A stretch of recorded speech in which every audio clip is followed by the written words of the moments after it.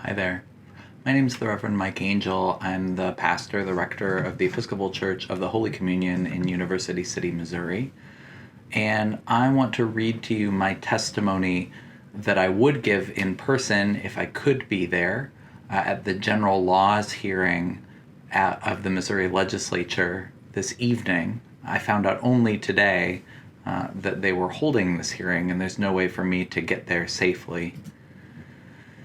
In 2018, I helped organize a group of religious leaders to oppose the exact change in Missouri law that is being proposed in the legislature. The bishops of the Episcopal, ELCA, Lutheran, Methodist, and Catholic churches came together with Black church pastors, the Rabbinical Association, that's rabbis from all over Missouri, and several other religious leaders to oppose this change.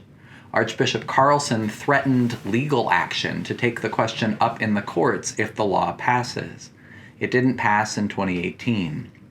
Since 2018, the change in law has been proposed at every legislative session, and it's not been successful. Missouri faith leaders do not want you to change this law. Let me say why.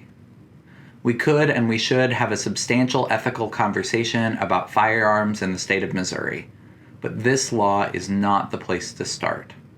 As a pastor under the current law, if someone other than an on-duty law enforcement officer wants to bring a firearm onto my church's campus, they need to have my permission.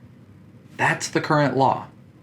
You need to have the pastors or the rabbis or the imams' permission.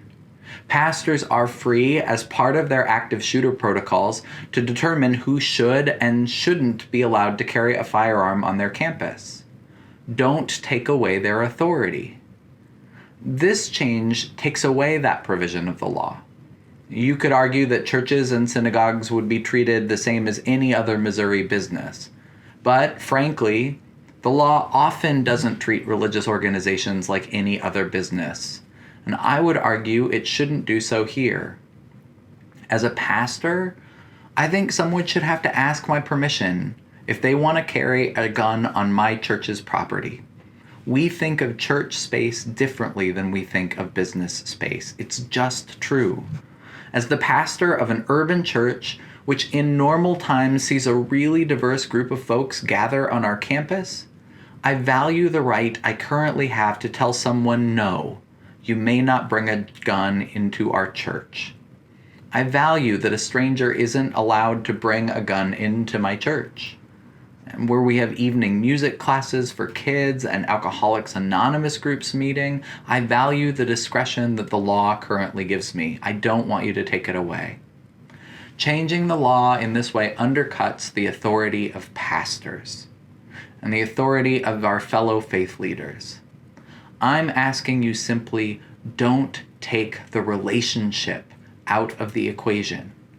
Under the current law, if I want to authorize my ushers to carry firearms, I can.